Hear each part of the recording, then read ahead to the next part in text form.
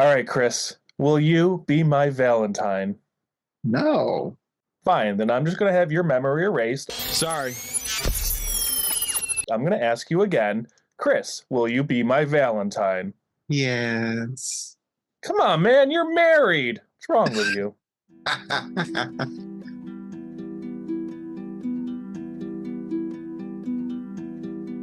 Welcome back to Crosscut, everybody. I am your gorgeous single co-host, Josh. I'm your other married co-host, Chris. And on this week's episode of Crosscut, we are changing it up a little bit.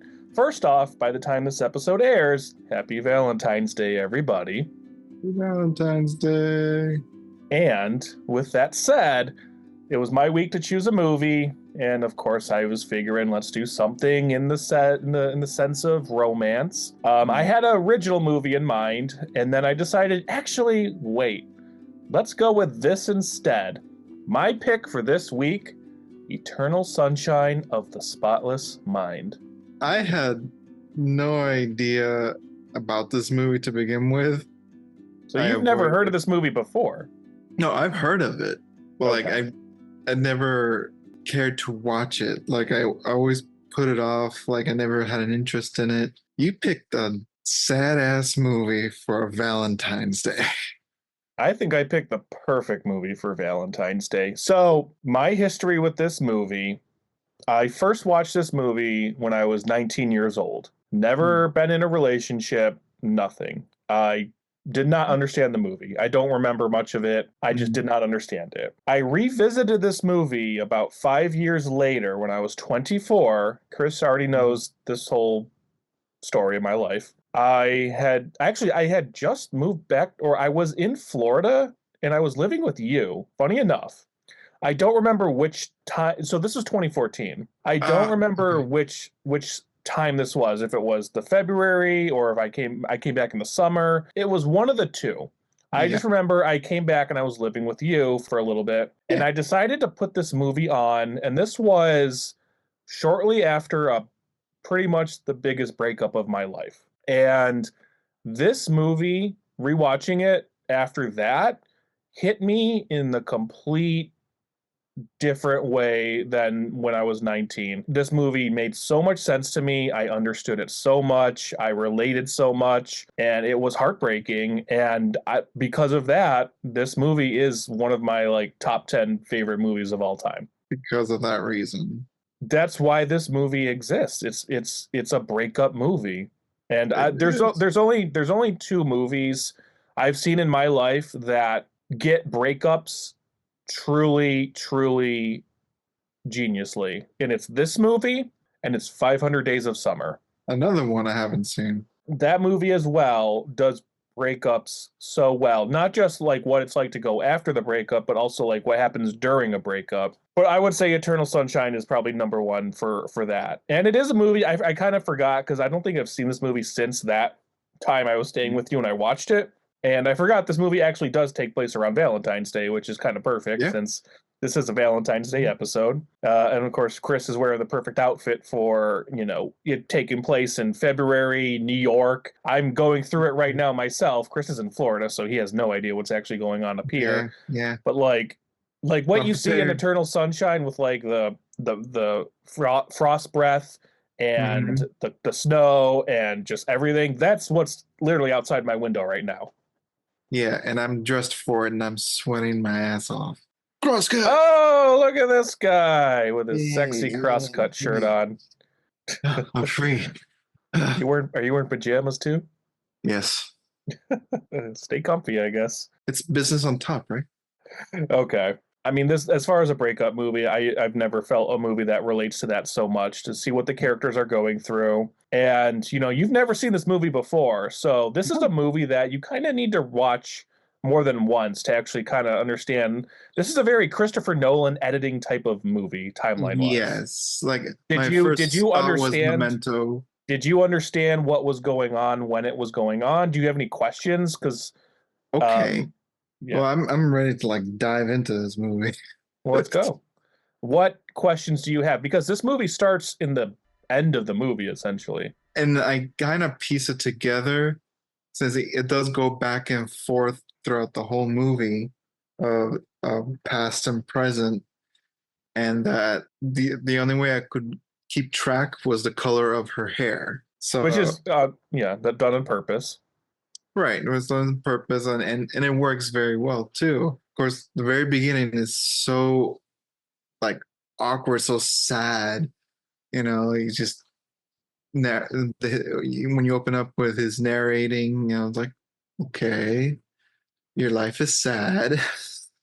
What's going on? And how it quickly progresses right after that. And I really did like the her color represented time, Yeah. and it So reminded me of Memento too, like going backwards. So yeah, this movie it jumps around a bit, and the first time you watch it, you might be confused. Maybe that's why when I was 19, I was confused because this movie you really have to pay attention, and that's why I think I told you make sure to watch it if you can without interruption. It's better when you can kind of fluidly watch it throughout. The movie begins literally after he has the operation. So this whole movie, if Right. you've never seen the movie, first off, spoiler, and you may want to go watch the movie first. But this Yeah. whole movie is about erasing somebody from your memory. That's what this is about. And most common the one is going to be somebody that you loved. That's why they say in the movie Valentine's is our biggest time of the year Yeah. because it's somebody that you were in love with. Either someone you're in love with or someone you died that was very close to you that you want to forget, so you forget that pain as well. Because Like the Spark oh, like Sparky the well, dog. I was way off. Which I like that little moment because it's like, okay, there's more than just people that, got in a breakup. There's right, other reasons to want to forget something. It's really exactly. just relieving the pain. That's what it's all about. Like you said, it does start like that after he's had the procedure, but you don't know anything about that until what, like halfway through the movie. So the first like 15 to 20 minutes is him skipping a day on his job. Well, first off, Right. I love the opening shot where he's in bed. You can hear them in the truck off screen. Like, did you notice that in the beginning of the movie? You hear a Oh yeah, van door yeah. closing, and that's the people that worked for the company leaving. Mhm.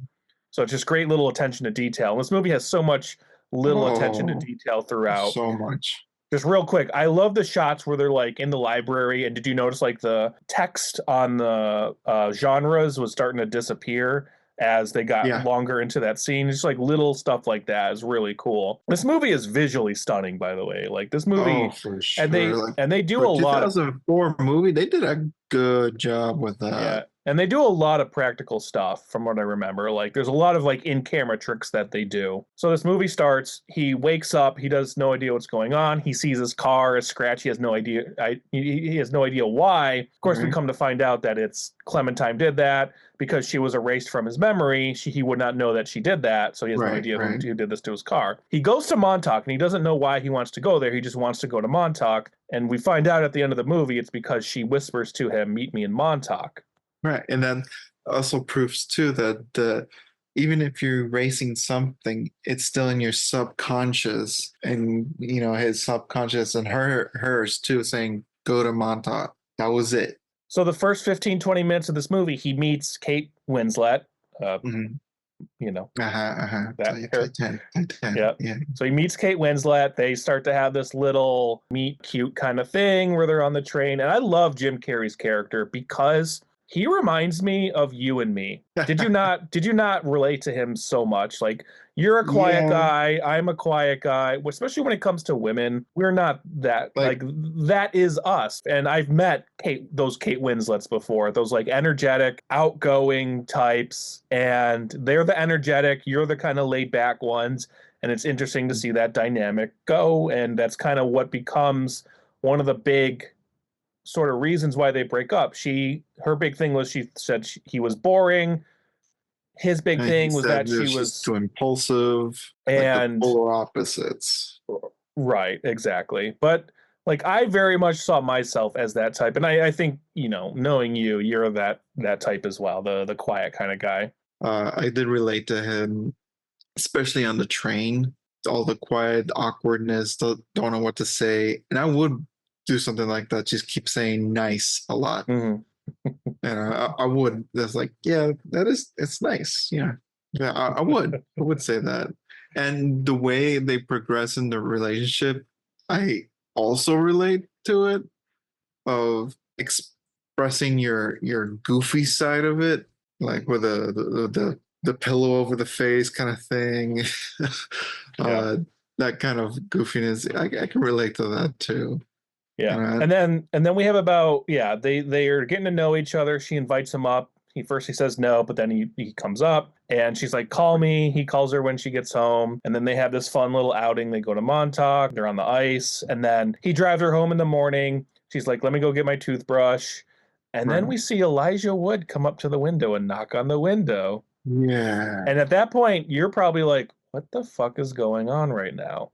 Right. Yeah. My first thought was like, okay, so she has a boyfriend and he's trying to figure out why, Jim Carrey's character's right there. Like, okay, but he asked so awkwardly. Right. It's a very weird scene. And, watching this for the first time, you'd be like, why is Elijah Wood asking him these weird, and even Jim Carrey's like, why are you asking me this?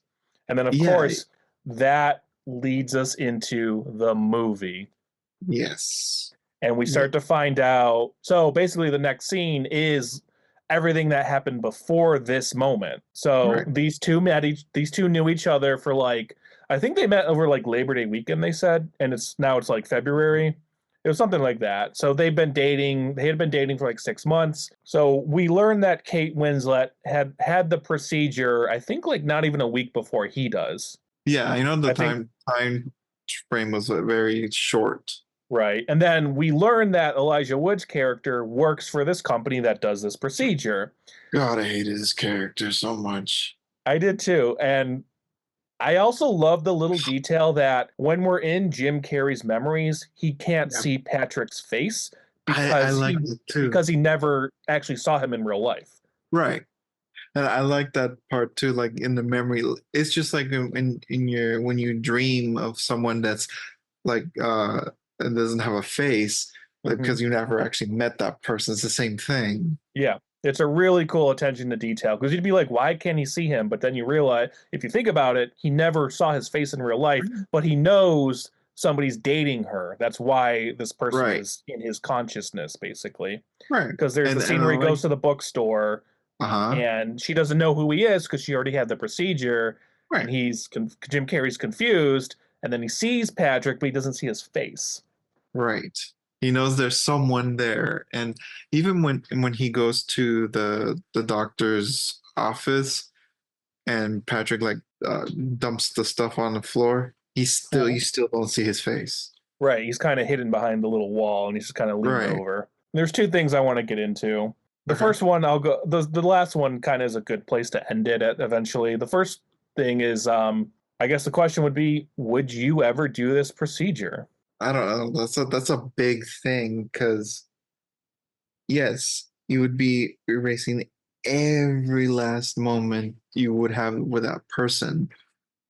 But I'm also thinking that you want to forget that person, but there's so many events that happen with that person that you would still end up forgetting that entire event. For me, is like it's the risk of losing more than just that person. That's how I look at it. What about you? I'm gonna take a drink of this before I answer. Oh shit. Okay, here we go. 60 This is minutes. something I've thought about a lot before. Oh God, I don't even know how to start this. Chris, obviously you know better than anybody my history, and um, there's times in my life where I thought like, so I've not been with this specific person in over 10 years, and they still are in my head every single day, to the point where I have recurring dreams about this person very often. I just had one the other night. And there's times where I'm like, would I do this? And the answer would be yes. I think I would do it. I'm pretty sure that I know why you would do it. I mean, you pretty much answered it yourself. You're thinking about this person a lot. And I know why it was meaningful when it was. And I know it's a big feeling, oh, more like feelings, because you know mine as well. And every now and then that person pops onto my head, but then it's more the feeling of hatred and sadness. For you towards that person. Yes, it's a bit different between yours and mine, but I get it. It's more thinking of the past, what ifs, how could I change it? How could she change it? How could anything like that happen? And I imagine you go through different scenarios. I just think about it a lot. Lots of different things. And even to have like dreams about it, like a lot is like still to have dreams about this person like 10 years later. I don't know. The difference between you and me is you found somebody. I'm still waiting. Ladies, feel free. Hit me up. Come on, throw some love at this guy. Come on. I also wanted to talk about the message of this movie, which is an interesting message, is kind of how the movie ends, is that, there's this commentary about breaking up and getting back together. That's kind of what happens to them. They realize that, oh my God, we've been through this all before. And, they even say, like, you're going to find the same reasons to want to break up with me, but let's do it, because I feel like you're just drawn back to that person. Yes, and I'll piggyback on what you're saying, that the movie does prove that all relationships aren't perfect. Every relationship has their flaws, their problems, let's say, and you can work through them. Even in the end, for them to be specific, it was their emotions, their feelings more than their memories that still connected them both. And like you said at the end, that they already know what each other's flaws is, or what the other person doesn't like about them because of the tapes. But they're still willing to try again because, I mean, we already know we could still solve whatever we have to make it a better future. So I'm going to ask you a hard question, because I'm going to ask you 2 point of view questions on this. So first off, from an outsider point of view, pretend you're like the best friend of Jim Carrey's character, knowing that all this stuff happened, right? They broke up and they're back together. From an outsider point of view, would you tell Jim Carrey, move on, or would you be like, go for it again, get your heart broken again, potentially? Because from an outsider point of view, it's so easy to be like, move on with your life. That would be my initial response. Yes, move on. Here's my why. She already did something that's permanent. It would be incredibly hard for you to try to win her back. Even if she doesn't remember you, you could come off as a total opposite to what she originally found you at. Kind of like the 51st dates. Like the first time they meet, playful, they get along. Second day is like, who the fuck are you? I can see that unraveling, and it's not fair to both of you. From outside point of view. Yes. Now put yourself in the shoes of Joel. That is even harder. That's what I'm saying, because that's what it is. It's so easy to be the best friend, to be like, dude, I can see if this isn't good for you, but when you're in it and you're in love, it's different. Yeah, it's way different, because you're dealing with your own emotions that they don't feel, they don't see. Like, it's hard. And well, I think there's also this mentality that, when you break up with somebody, you get back together, you're like, we'll be stronger now, we'll figure this out. But then sometimes it doesn't work out. Not always the case. Yeah, it's not always the case. So it's an interesting perspective that I think this movie has an very, very good commentary on. It's like the getting back together, and it kind of leaves it open-ended at the end, where it's like, is this gonna work out, or is this not gonna work out? It's up to them to kind of figure that out. We'll see what happens. And I'm assuming that business is going to be not there anymore because of everything that happens Of with. course. So, It was exposed at the end. right. Which I love that Kirsten Dunst storyline with the doctor. Yes, I was going to go into that. When she approaches him, she's flirting with the doctor, with Howard. You see her flirting with him. I was like, okay, why aren't you with Mark Ruffalo right now? What struck me odd was that his character, Mark Ruffalo, leaves the building. Like, if he knew what was going to happen, of course they fool around, whatever, and the wife catches him. Yeah. The fact that Mark Ruffalo is like warning them, your wife is coming, like, you do know what's happening. So he lies to her. He's right. So he lies to her in the end. So he did know. Yeah.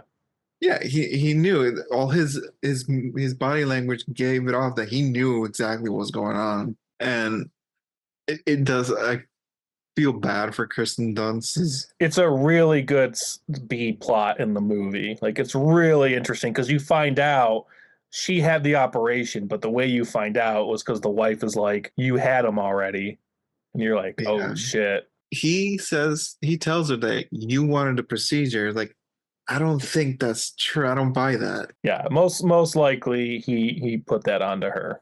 Because he doesn't want to lose his marriage. He doesn't want to lose his family, and she probably never had a choice. She was the young impressionable girl, young Mary Jane, hooking up with the Hulk on the side, and ends up really wanting the villain from Batman Begins. Just to kind of wrap this up, this movie has a really, really incredible cast that we kind of didn't talk about too much, but yeah. Jim Carrey, Kate Winslet, Tom Wilkinson, Kirsten Dunst, Mark Ruffalo, Elijah Wood. This movie's directed by Michel Gondry. He's a very famous music video director. This movie's also written by Charlie Kaufman, who I'm not sure if you're familiar with his work, has done some of the most surreal movies ever, like Adaptation with Nicolas Cage, Being John Malkovich. Really, really wild original very stuff. In your head kind of movies. Like we said, we were talking about the visual effects now. It's so interesting. And even when they tried to hide into another memory and he's like 4 years old.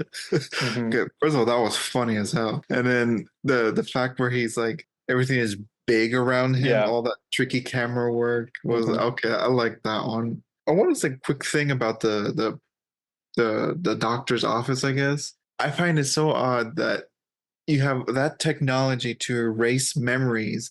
You would think it's a big corporation kind of thing, not a little tucked away office. And I think that's what I like about the movie, because it's such an art house movie that they don't want to do like a big corporate. It's like, yeah, it's just like some hole in the wall, in New York City. So weird. I think they even play with that at one point, because Tom Wilkinson even makes a comment when he comes into Joel's apartment. He's like, "I'm still figuring this stuff out." So I think it's supposed to be like this new idea, like a startup technology kind of thing, essentially. So, anyways, that's Eternal Sunshine of the Spotless Mind, one of the great breakup Valentine's movies. If anybody that just wants to feel real on Valentine's today, watch this movie. It's I love it. It's incredible. Chris, you watched it for the first time. Final thoughts? It's a very interesting movie. Very toying, not really toying. It's more discovering your feelings, and that those feelings are way stronger than any memory could ever show you. And it's very artful, this movie. So it's a good movie. It's definitely worth watching. I regret not watching it years ago. So you watched it at the wrong time in life. I'll say that. Like, if you had watched it at the right time, this movie would have hit you a certain way, the way it hit me. So, anyways, Eternal Sunshine of the Spotless Mind. Let me know what everybody. Let us know what you thought. I think this is an incredible movie, one of the greatest movies of all time. Jim Carrey's amazing. That's it. Everybody, make sure to hit like, subscribe, comment, do everything. Brian Rizzo, you seem like you're all over it recently, so hit us up. And that's it. Enjoy your Valentine's. Get some chocolates, some flowers. Show some love for this person right here in front of me. Come on, show him some love. Get him a date. Come on. And cut print, moving on. All right, Chris, you show me some love. Let's see it. Oh yeah, Big Daddy.